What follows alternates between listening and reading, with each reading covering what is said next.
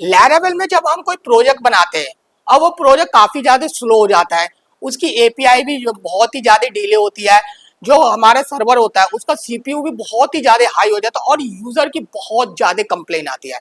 तो दोस्तों, ये प्रॉब्लम सिर्फ लो सर्वर की नहीं होती, ये प्रॉब्लम होती है पुअर परफॉर्मेंस ऑप्टिमाइजेशन की। आज की वीडियो में मैं आपको बताऊंगा पुअर परफॉर्मेंस ऑप्टिमाइजेशन को किस तरीके से फिक्स किया जाता है, रियल आईटी कंपनी कौन सा टेक्निक यूज करती है परफॉर्मेंस बढ़ाने के लिए, और लार्ज प्रोजेक्ट जो होते हैं लैरावेल के उसको किस तरीके से फास्ट किया जाता है। और दोस्तों, आज हम एआई के बारे में भी बात करेंगे। मैं आपको बताऊंगा एआई को परफॉर्मेंस बढ़ाने के लिए कहाँ पे यूज करना है और कैसे यूज करना है। प्रोजेक्ट स्लो क्यों होता है? दोस्तों, ये जो बिगिनर होते हैं ये क्या करते हैं, ये अनऑप्टिमाइज क्वेरी लिखते हैं, कैशे यूज नहीं करते हैं, हैवी लॉजिक रिक्वेस्ट में रन करते हैं। और दोस्तों, सबसे इम्पोर्टेंट, ये n+1 क्वेरी जो होती है ये भी प्रॉब्लम क्रिएट करती है। इससे क्या होता है कि आपका प्रोजेक्ट स्लो होता है, आपका एपीआई है वो भी काफ़ी स्लो होता है। इसके बाद आपका जो सर्वर है उसमें भी बहुत ज़्यादा लोड पड़ता है, और जो यूज़र एक्सपीरियंस है वो काफ़ी ज़्यादा बैड होता है।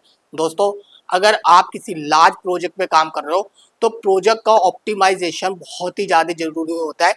इसके बिना दोस्तों आपका प्रोजेक्ट सरवाइव नहीं कर पाता है।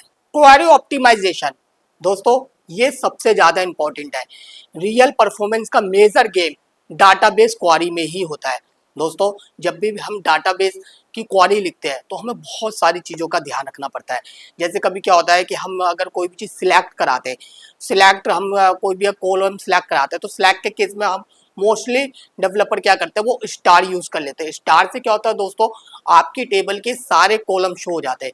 तो उसके बाद क्या होगा दोस्तों, जितनी बार भी आपका प्रोग्राम रन करेगा वो हर कॉलम्स को रीड करेगा। क्यों? क्योंकि आपने स्टार यूज किया है। तो दोस्तों, ऐसे केस में आपको सिर्फ उन्हीं कॉलम के नाम यूज करना होता है जो कॉलम्स आप फैच कराना चाहते हैं।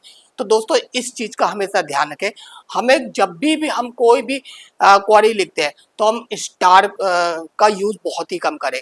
स्टार का यूज आपको जब करना है जब 90% कॉलम्स आप उस क्वेरी में यूज कर रहे हो, उस फैचिंग में यूज कर रहे हो। इसके बाद दोस्तों, आपका आता है ज्वाइनिंग टेबल। दोस्तों, बहुत सारे डेवलपर क्या करते हैं, कुछ टेबल ऐसी भी ज्वाइन कर देते हैं जिसकी नीड नहीं होती है। और दोस्तों, अगर आपने एक टेबल के साथ 3 टेबल या 2 टेबल ज्वाइन कर दिया और उनमें से नीड नहीं भी है फिर भी आपने ज्वाइन कर दिया, तो दोस्तों वो क्या करता है, वो आपके उस टेबल को भी रन करता है। उसका दोस्तों ज्वाइन करने का तरीका भी होता है। कभी कभी क्या होता है कि बहुत सारे डेवलपर जो ज्वाइन करते हैं टेबल, तो उसके सारे कॉलम्स को साथ में ज्वाइन कर लेते हैं। नहीं दोस्तों, हमें रिलेशन के हिसाब से ज्वाइन करना होता है। जैसे कि सपोज करो अगर हम कहीं पे स्टेट को शो करा रहे हैं, तो स्टेट को शो कराने के लिए हमने क्या किया, उसकी कंट्री को ज्वाइन कराया है। तो दोस्तों, कंट्री को जब हम ज्वाइन कराते हैं तो उससे क्या होता है, हमारी कंट्री भी आ जाती है और स्टेट भी। स्टेट तो हमारा ऑलरेडी है ही है। तो दोस्तों, कंट्री तो हमारे कंट्री के टेबल से आ रही है, लेकिन जब हम स्टेट को ज्वाइन कराते हैं तो दोस्तों स्टेट के केस में क्या होता है, हमें सिर्फ उसी को ही ज्वाइन कराना होता है। वही लेफ्ट ज्वाइन सिर्फ वही रहता है जहाँ पे हमें उसका नाम यूज होना होता है। यानी कि अगर आप स्टेट को ज्वाइन करा है तो आपको सिर्फ स्टेट का नाम चाहिए, तो वहाँ पे सिर्फ स्टेट के नाम को ही लेफ्ट ज्वाइन कराए, ताकि आपका वो पूरा का पूरा स्टेट का टेबल ज्वाइन हो। तो दोस्तों, ये ज्वाइनिंग में भी आपको बहुत ही ज़्यादा ध्यान रखना पड़ता है। ये टेबल की ज्वाइनिंग बहुत ज़्यादा इंपॉर्टेंट है आपके क्वेरी के लिए। इसके बाद दोस्तों, रिपीटेशन। दोस्तों, हम जब क्वेरी की लूप चलाते हैं, बहुत सारे डेवलपर क्या करते हैं कि एक लूप के अंदर 3-4 लूप चला देते हैं। तो दोस्तों, जब हमारा प्रोजेक्ट बड़ा होता है उस केस में क्या होता है, वहाँ पर डाटा भी बहुत होता है, और उस डाटा में अगर हम एक ही बार में 3-4 लूप चला रहे हैं तो आप खुद ही समझ सकते हैं कि वो पहले सारे डाटा को फैच करेगा, उसके बाद ही वो आपको रिजल्ट देगा। तो इससे आपका जो प्रोजेक्ट है वो काफ़ी स्लो हो सकता है। इसके बाद दोस्तों, आते हैं हम पेज पे। दोस्तों, हम जब भी कोई भी हम जैसे कोई भी पेज बनाते हैं उस पे हम लूप चलाते हैं उस पे जैसे हम प्रोडक्ट शो करा रहे हैं, हमारे मल्टीपल प्रोडक्ट होते हैं उस पर हम शो करा रहे हैं, तो उस केस में क्या होता है दोस्तों, बहुत सारे डेवलपर क्या करते हैं कि सारे के सारे प्रोडक्ट एक ही बार में शो करा देते हैं। जैसे अगर 300 प्रोडक्ट है तो 300 दिखा दे, लेकिन दोस्तों ये आपका प्रोफेशनल तरीका नहीं होता है। इसकी वजह से आपका जो प्रोजेक्ट है वो वहाँ पे काफ़ी स्लो होता है।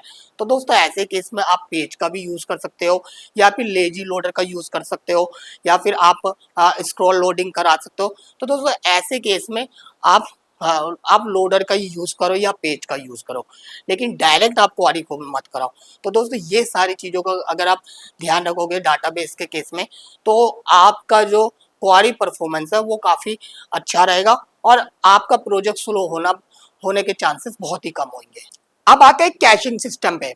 दोस्तों मोस्टली जो आईटी कंपनी होती है वो कैशिंग का हैवी यूज करती है, और कैशिंग का जो हमारे यूज होता है वो डाटाबेस रिजल्ट में होता है, एपीआईज में होता है, इंडेक्स में होता है, हमारा राउट्स में होता है और व्यू में होता है। और दोस्तों जो कैशिंग जो यूज होता है आज के टाइम में, जो मोस्टली पॉपुलर कैशिंग है वो है रेडिस कैशे। इसके बाद दोस्तों ये क्या करता है, ये फास्ट भी बहुत होता है, और इसमें इसका जो मेमोरी है वो मेमोरी बेस्ड होता है, और ट्रैफिक को काफ़ी अच्छे से ये हैंडल करता है।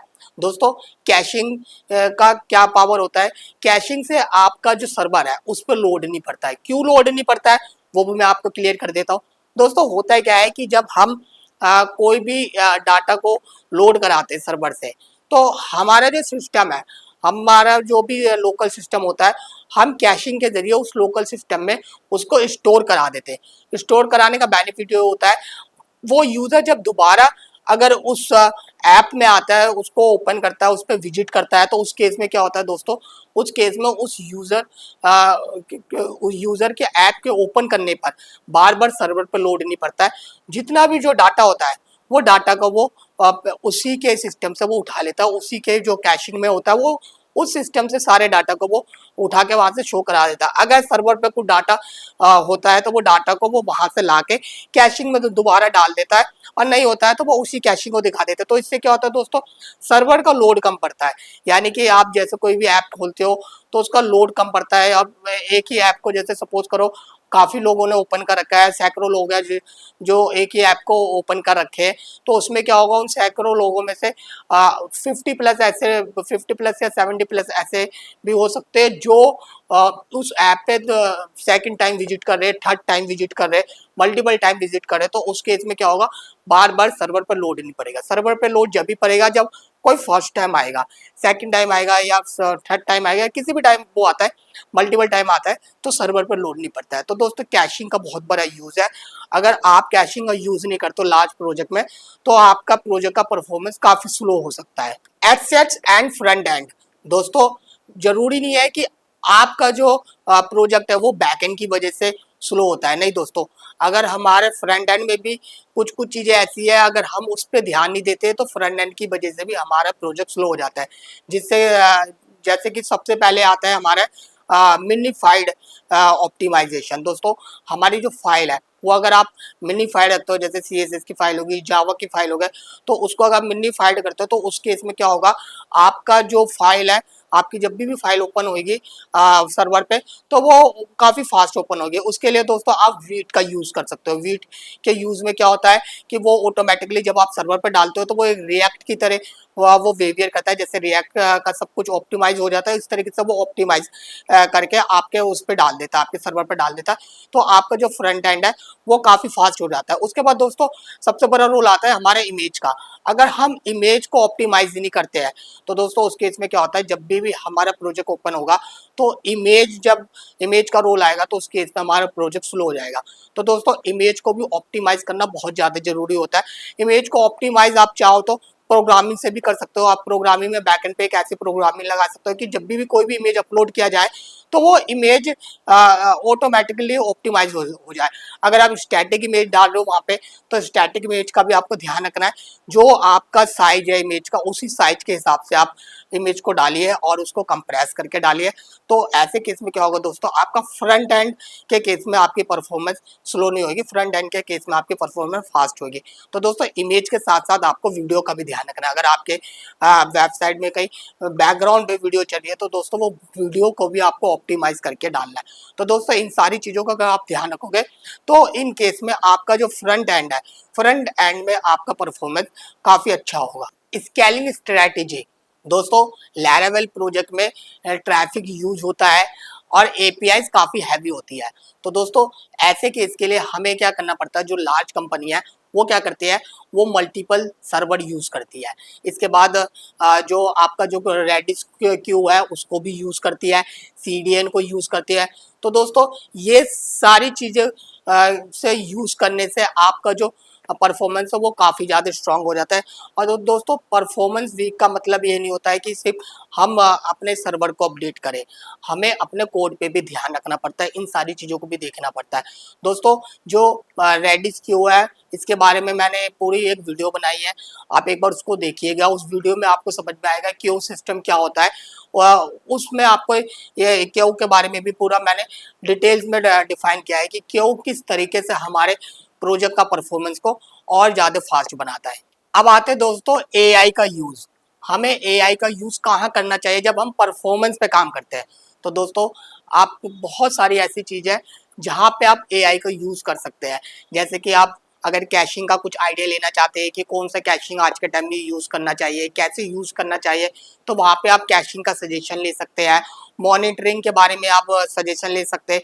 जैसे अगर आपका कोड है, आपने कोड तो बना दिया, कोड आपका रन भी कर रहा है क्लाइंट के अकॉर्डिंग, सारे फीचर वर्क भी करे, तो आप उस कोड को रिफैक्टरिंग अगर करना हो, प्रोफेशनल लेवल पे जनरेट करना हो, तो वहाँ पे भी आप एआई का यूज़ कर सकते हैं। और अगर आप को और भी कुछ सजेशन लेना हो, परफॉर्मेंस से लेकर स्केलिंग से लेकर कोई सजेशन लेना हो, तो उस केस में भी आप एआई का यूज़ कर सकते हैं। इसके बाद दोस्तों सबसे इम्पॉर्टेंट, अगर आप जैसे किसी भी कहीं पे भी अगर आप फंस गए, आपका प्रोजेक्ट कहीं पे स्लो हो गया है या आपका प्रोजेक्ट कहीं पे बग आ गया, तो डीबगिंग के लिए आप डीबगिंग के लिए आप एआई का यूज़ कर सकते हैं। तो दोस्तों बहुत सारी ऐसी जगह है जहाँ पे आप एआई का यूज़ कर सकते हैं। बस एक चीज़ का ध्यान रखिएगा, एआई को ब्लाइंडली यूज़ नहीं करना है। एआई का आप सजेशन लो, सजेशन समझ में आता है तो उसको यूज़ करो, नहीं समझ में आता है तो दोबारा प्रॉम्प्ट लिखो और अपना खुद का ब्रेन यूज़ करना, डिसीजन आप खुद लेना, एआई को डिसीजन मेकर मत बनाना। दोस्तों मैंने लैरावेल में काफ़ी प्रोजेक्ट बनाए, मैंने छोटे प्रोजेक्ट भी बनाए, मैंने बड़े प्रोजेक्ट भी बनाए। दोस्तों जब भी मैं बड़ा प्रोजेक्ट बनाता हूँ तो उस केस में क्या होता है कि क्लाइंट का अपना एक का सर्वर होता है और उस सर्वर के हिसाब से मुझे सारी चीज़ें फिक्स करनी पड़ती है। यानी कि जो परफॉर्मेंस है वो परफॉर्मेंस अगर सही नहीं आ रही है तो मैं क्लाइंट को बार बार ये नहीं कह सकता हूँ कि आपका सर्वर स्लो, आपका सर्वर स्लो है। सर्वर जहाँ तक मुझे समझ में आता है वो स्लो रहता है तो मैं वो चीज़ पकड़ लेता हूँ, मैं क्लाइंट को एक सॉलिड रीजन देता हूँ। ऐसा नहीं है कि मेरे कोड में प्रॉब्लम है और मैं क्लाइंट को कहा जा रहा हूँ कि सर्वर स्लो है, वहाँ से सर्वर वाला भी परेशान है, यहाँ से क्लाइंट भी परेशान है। नहीं दोस्तों, मैं हर चीज़ को देख के काम करता हूँ। यानी कि अगर क्लाइंट का कोई भी सर्वर है, उस सर्वर में प्रॉब्लम है, तो वो मैं जेन्युइन रीजन निकाल के इस क्लाइंट को बताता हूँ। नहीं है प्रॉब्लम तो मैं अपने कोड में देखता हूँ, मैं अपने परफॉर्मेंस पे ध्यान देता हूँ, कहाँ पे हमारा परफॉर्मेंस चल रहा है, सही चल रहा है, खराब चल रहा है, कहाँ पे बहुत ज़्यादा रिपीटेशन हो रही है, कहाँ पे कोड का जो आर्किटेक्चर है वो ठीक नहीं है। इन सारी चीज़ों को देख के मैं लार्ज प्रोजेक्ट पे काम करता हूँ, जिससे क्या होता है कि क्लाइंट के साथ मेरी गुडविल एक अच्छी गुडविल बनी रहती है। तो दोस्तों आप भी इन सारी चीज़ों पे फोकस करें, परफॉर्मेंस पे पूरा ध्यान दें। आप लैरावेल पे कोई भी प्रोजेक्ट बनाते हैं तो आपका परफॉर्मेंस बहुत अच्छा होना चाहिए, क्योंकि लैरावेल को लेकर लोगों के मन में हमेशा एक डाउट होता है कि लैरावेल पे प्रोजेक्ट अच्छे नहीं बनते, लेकिन दोस्तों ऐसा नहीं है। लैरावेल पे बहुत अच्छे से प्रोजेक्ट बना देते हैं, बस एक डेवलपर अच्छा होना चाहिए। अगर एक अच्छा डेवलपर होगा तो लैरावेल में लार्ज प्रोजेक्ट भी बना देगा, बहुत बड़े बड़े प्रोजेक्ट वो लैरावेल में बना सकता है। एक डेवलपर अच्छा होना चाहिए, इसी वजह से अगर हम लैरावेल में काम करते हैं तो हमें हर चीज़ पे ध्यान देना पड़ता है। दोस्तों अगर आपको वीडियो पसंद आए तो इसे लाइक करें, चैनल को सब्सक्राइब करें। मिलते हैं दोस्तों हमारी नई वीडियो के साथ, जब तक के लिए बाय बाय, टेक केयर।